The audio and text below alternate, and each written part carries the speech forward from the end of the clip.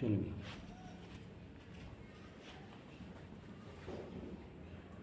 वृंदावन हरि विहारी महाराज की जय, कृष्ण कन्हैया लाल की जय, श्री लक्ष्मी नारायण भगवान की जय, जय जय श्री राधे कृष्ण। श्याम की जय।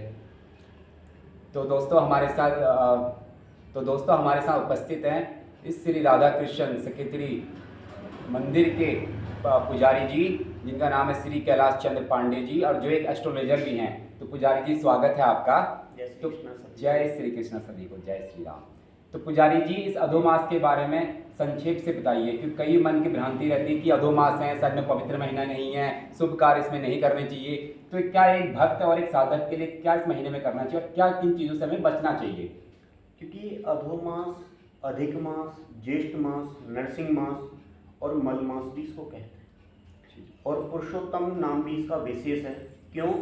क्योंकि इसको पुरुषोत्तम मास क्यों कहा जाता है, अधिक मास क्यों कहा जाता है, या मल मास क्यों कहा जाता है? क्योंकि हमारे महीने होते हैं 12 जी, लेकिन ये 12 महीनों के अंतर्गत एक्स्ट्रा महीना है 13वां, जो कि इस महीने को स्वयं लक्ष्मी नारायण भगवान ने नरसिंह का जब अवतार लिया था जी, जिस समय हिरण्याकश्यप का वध किया था उस समय लिया था। तो उस समय क्या हुआ था, क्योंकि हिरण्याकश्यप को वरदान था ब्रह्मा जी के द्वारा कि मैं ना तो नर से मरूं, ना किसी मनुष्य से मरूं, ना जानवर से मरूं, ना आकाश में मरूं, ना पाताल में मरूं, ना अंदर मरूं, ना बाहर मरूं, ना दिन में मरूं, ना रात में मरूं। उस समय भगवान नरसिंह ने क्या किया, उसको अपनी जंगा पर बैठाया है। जंगा पर बैठा करके नरसिंह भगवान ने उससे प्रश्न किया है कि अब एक बात बताओ कि हिरण्याकश्यप, अब तुम कहाँ हो, ऊपर हो या नीचे? बोले कि मैं तो ना ऊपर हूँ ना नीचे हूँ, मैं तो आपकी जंगाओं पर हूँ। बोले कि अब दिन है या रात्रि है? बोले कि ना दिन है ना रात्रि है, क्योंकि संध्या का समय था। तो उन्होंने कहा कि आप ना तो नर से मरने वाले थे ना जानवर से, तो मैं नर हूँ या मनुष्य हूँ? नारायण उन्होंने कहा कि आप एक आधे नर हो आधे सिंह हो, क्योंकि पूरे मनुष्य तो आप है ही नहीं। बोले कि एक बात और रह गई कि आपने वरदान मांगा था कि ना मैं अस्त्र से मरूं ना शस्त्र से मरूं। जी, मेरे पास कोई अस्त्र दिख रहे हैं? बोले नहीं। आपके तो नाखून ही इतने ज्यादा हैं कि अस्त्र से भी ज्यादा भयंकर हैं। तो उन्होंने कहा कि एक बात आपसे रह गई। बोले क्या? बोले कि ये महीने 12 हैं जी, तो मैंने कहा था कि 12 महीनों में मैं किसी भी महीने में कोई भी मेरे को मार ना सके। बोले कि हिरण्याकश्यप, ये भूल गए हो, ये 12वां महीना नहीं है, ये 13वां महीना। क्यों? क्योंकि संक्रांति से पूर्व जो महीना विश्राम हो जाता है वो अधिक मास कहलाया जाता है। इसमें कोई भी संक्रांति नहीं पड़ती है। ज्योतिष शास्त्र के अनुसार इसमें संक्रांति जो है हर महीने पड़ती है, लेकिन इस मल मास में संक्रांति नहीं है, इसमें संक्रांति नहीं पड़ती है। और दूसरा ये है, जिस समय उन्होंने कहा कि ये महीना जो है कब पड़ता है, 3 साल के बाद। अच्छा, ये जो अधोमास है 3 साल के बाद आएंगे? 3 साल के बाद पड़ता है, क्योंकि हमारे वैसे देखा जाता है तो 365 दिन होते हैं जी। उसके बाद में जब ये सौर वर्ष के अनुसार ये जो होता है 356, ठीक है जी। वैसे 365 होता है। उसके बाद में इसमें 3 में ये 30 दिन का जो है एक्स्ट्रा बढ़ जाता है जी। तो इसलिए अधोमास जो है इसमें कोई भी मुंडन, विवाह इत्यादि कर्म नहीं होते, क्योंकि लोगों ने इसका विच्छेदन किया कि भाई हम अधोमास को नहीं मानेंगे, ये है वो है। तो भगवान अधोमास जो है, अधिक मास जो है, भगवान विष्णु की शरण में जाता है कि प्रभु एक बात बताओ, आपने तो मेरी उपस्थिति में हिरण्याकश्यप का वध किया था, अब मेरे को कोई भी देवी देवता मानने को तैयार नहीं है। तो भगवान ने कहा है कि अधोमास जो है सभी मासों से उत्तम होगा, पुरुषोत्तम होगा। उत्तम किसको बोलते हैं? जो सबसे श्रेष्ठ हो, क्योंकि भगवान श्री राम को भी मर्यादा पुरुषोत्तम कहा गया था, क्योंकि वो मर्यादा में सबसे उत्तम थे। ठीक उसी प्रकार से नरसिंह भगवान ने अधिक मास को जो है पुरुषोत्तम मास का दर्जा दिया गया। इसमें कोई भी पूजा पाठ आप करते हैं, आप जैसे नवरात्रि में माँ दुर्गा का व्रत रखते हैं, श्रावण में शंकर जी का व्रत रखते हैं, जन्माष्टमी में ठाकुर जी की जन्मोत्सव मनाते हैं, आप रामनवमी में राम जी का जन्मोत्सव मनाते हैं। सभी व्रतों के ज्यादा इसमें 100 गुना फल प्राप्त होता है। मतलब इस महीने में जो हम करेंगे उसका 100 गुना फल प्राप्त होता है। इसलिए ये पुरुषोत्तम मास सबसे महत्वपूर्ण है, और इसमें हमें कभी भी अधर्म को नहीं करना चाहिए। किसी के साथ में व्यभिचार नहीं करना जी। चाहिए, कभी भी अपनी वाणी से किसी को गलत नहीं कहना चाहिए, किसी की आत्मा को ठेस पहुंचे ऐसा कोई भी हमें वाक्य नहीं बोलना चाहिए व्यक्ति के अपने को। अच्छा, मतलब एक भक्त को, एक साधक को इन चीज़ों से बचना चाहिए। बचना चाहिए।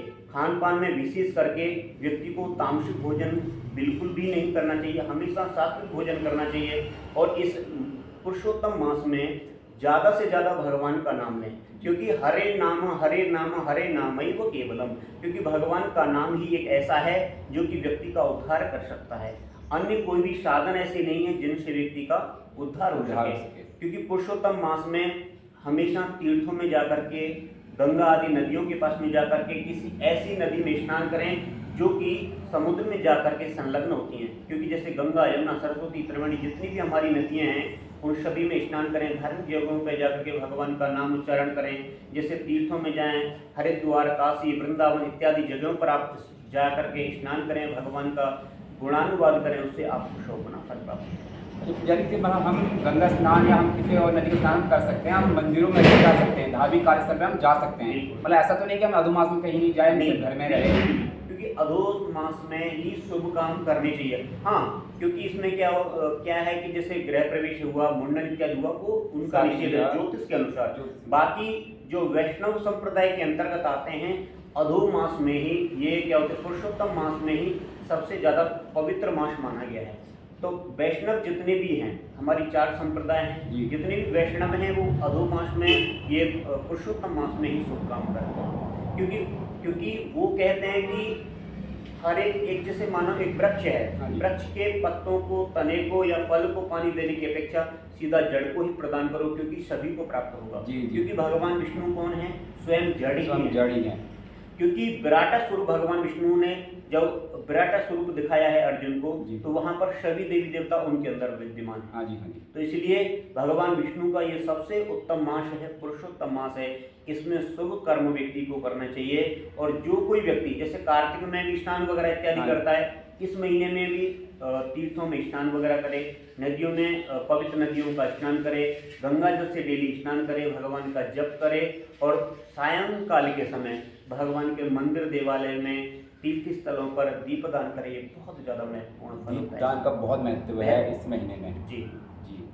पुजारी जी, मतलब इसमें दान का, जी, दान के लिए जैसे कि आप गोदान है, ब्राह्मणों को, साधुओं को, सन्यासियों को अन्न का, फल का, जो भी आपकी सामर्थ्य है, जैसा ठाकुर जी ने आपको दिया है, यथाशक्ति यथा भक्ति, जैसी आपकी सामर्थ्य था उसके अकॉर्डिंग ये दान पुण्य व्यक्ति को करना चाहिए। जैसे कि भागवत इत्यादि का, यदि पुस्तकों का भी दान करना है, ग्रंथों का भी दान करना है, पुराणों का भी दान करना है, तो भागवत इत्यादि जो ग्रंथ हैं उनका दान करें किसी योग्य ब्राह्मण को, या गीता इत्यादि दान करें किसी ब्राह्मण को।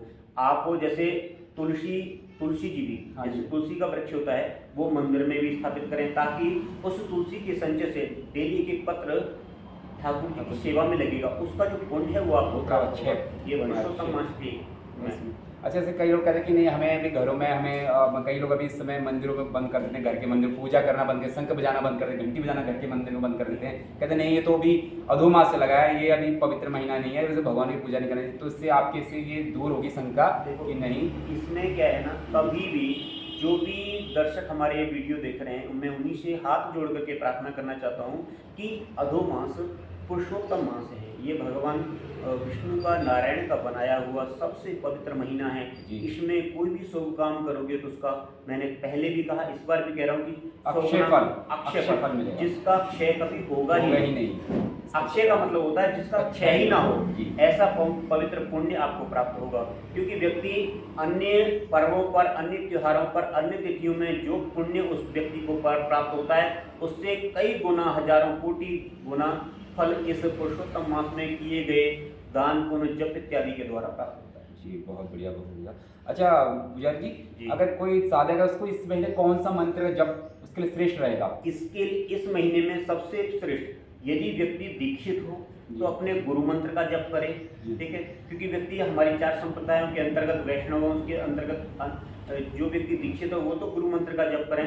जो व्यक्ति दीक्षित ना हो वो द्वादशाक्षर मंत्र, जो कि भागवत में भी जिसका उल्लेख किया गया है, ओम नमो भगवते वासुदेव का, ओम नमो भगवते वासुदेवाय का, इस मंत्र का जप करें तुलसी की माला से। तुलसी की माला से जप करे, मतलब जिसने दीक्षा ना ली हो वो जी। इसको जप कर सकता है। बिल्कुल। या फिर महामंत्र का जप करें, जैसे हरे कृष्णा कृष्ण कृष्ण हरे हरे, हरे राम राम राम हरे हरे। इस महामंत्र का भी आप जप कर सकते हैं, क्योंकि इस महामंत्र और द्वादशाक्षर मंत्र ओम नमो भगवते वासुदेवाय, इन दोनों का ही जप आप कर सकते हैं। जप करना चाहिए व्यक्ति को, क्योंकि ये दोनों ही जप जो हैं भगवान की तरफ व्यक्ति को अग्रसर करते हैं। भगवान के चरणों में भगवान की भक्ति व्यक्ति के अंदर प्रकट होती है, ऐसा भाव है। और कुछ कहना चाहते हो हमारे भक्तों को? मैं सभी से यही आग्रह करूंगा कि पुरुषोत्तम मास में जो भी व्यक्तियों के अंदर शंका है कि पुरुषोत्तम मास में क्या क्या करना चाहिए, क्या क्या नहीं करना चाहिए, जैसे हमेशा मैंने कहा है कि हमेशा बुराई से बचें। जी। जो भी गलत कर्म है उसको बिल्कुल छोड़ दें इस महीने, क्योंकि इस समय आपने कोई भी, जैसे आपने पुण्य किया उसका 1000 गुना फल प्राप्त होता है, वैसे अपुण्य करोगे, पाप करोगे, अपराध करोगे, उसका भी ज़्यादा वो होता है, क्योंकि वो भी 1000 गुना होगा।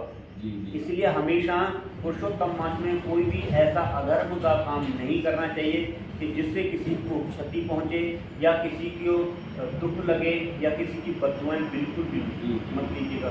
किसी को देना हो तो दीजिए, दुआ ही दीजिए, क्योंकि कहा गया है ना कि व्यक्ति तो जीना मरना चलता रहता है, कभी जीना कभी मरना। कहते हैं पुनरपि जननम पुनरपि मरणम पुनरपि जठरे शयनम भज गोविंदम गोविंदम भज पूर्णम। बार बार मरना, बार बार जन्म लेना, बार बार माँ के गर्भ में जाना, फिर दोबारा से आना बाहर। उसके बाद में जब माँ के गर्भ में बच्चा होता है या जीव होता है, उसमें भगवान से प्रार्थना करता है कि प्रभु मेरे को यहाँ से निकालो, तो बाहर आता है तो वो सारी चीज़ों को भूल जाता है। इसलिए बार बार मरना, बार बार जन्म लेना, पुनः इसलिए इन सब चीज़ से छुटकारा पाने के लिए, गोविंद के धाम को जाने के लिए, गोलोक धाम का वास करने के लिए भगवान का नाम स्मरण करें, भगवान का चिंतन करें, भगवान की सेवा करें। यही सबसे ज़्यादा पुण्यदायी है और मोक्षदायी है। तो आपसे बात करके बहुत अच्छा लगा पंडित जी। तो अगर आपके मन में भी कोई अगर इस बारे में शंका थी अधोमास के बारे में, तो वो आपकी जरूर दूर हुई होगी इस वीडियो के माध्यम से। आगे भी हम आपको ऐसी वीडियो, और पुजारी से हम आगे भी बात आपको वीडियो हम इसकी बनाते रहेंगे। तब तक के लिए जय श्री राम, जय श्री राधे, जय श्री श्याम, जय श्री वृंदावन धाम, राधे जय हो। ये बहुत बढ़िया।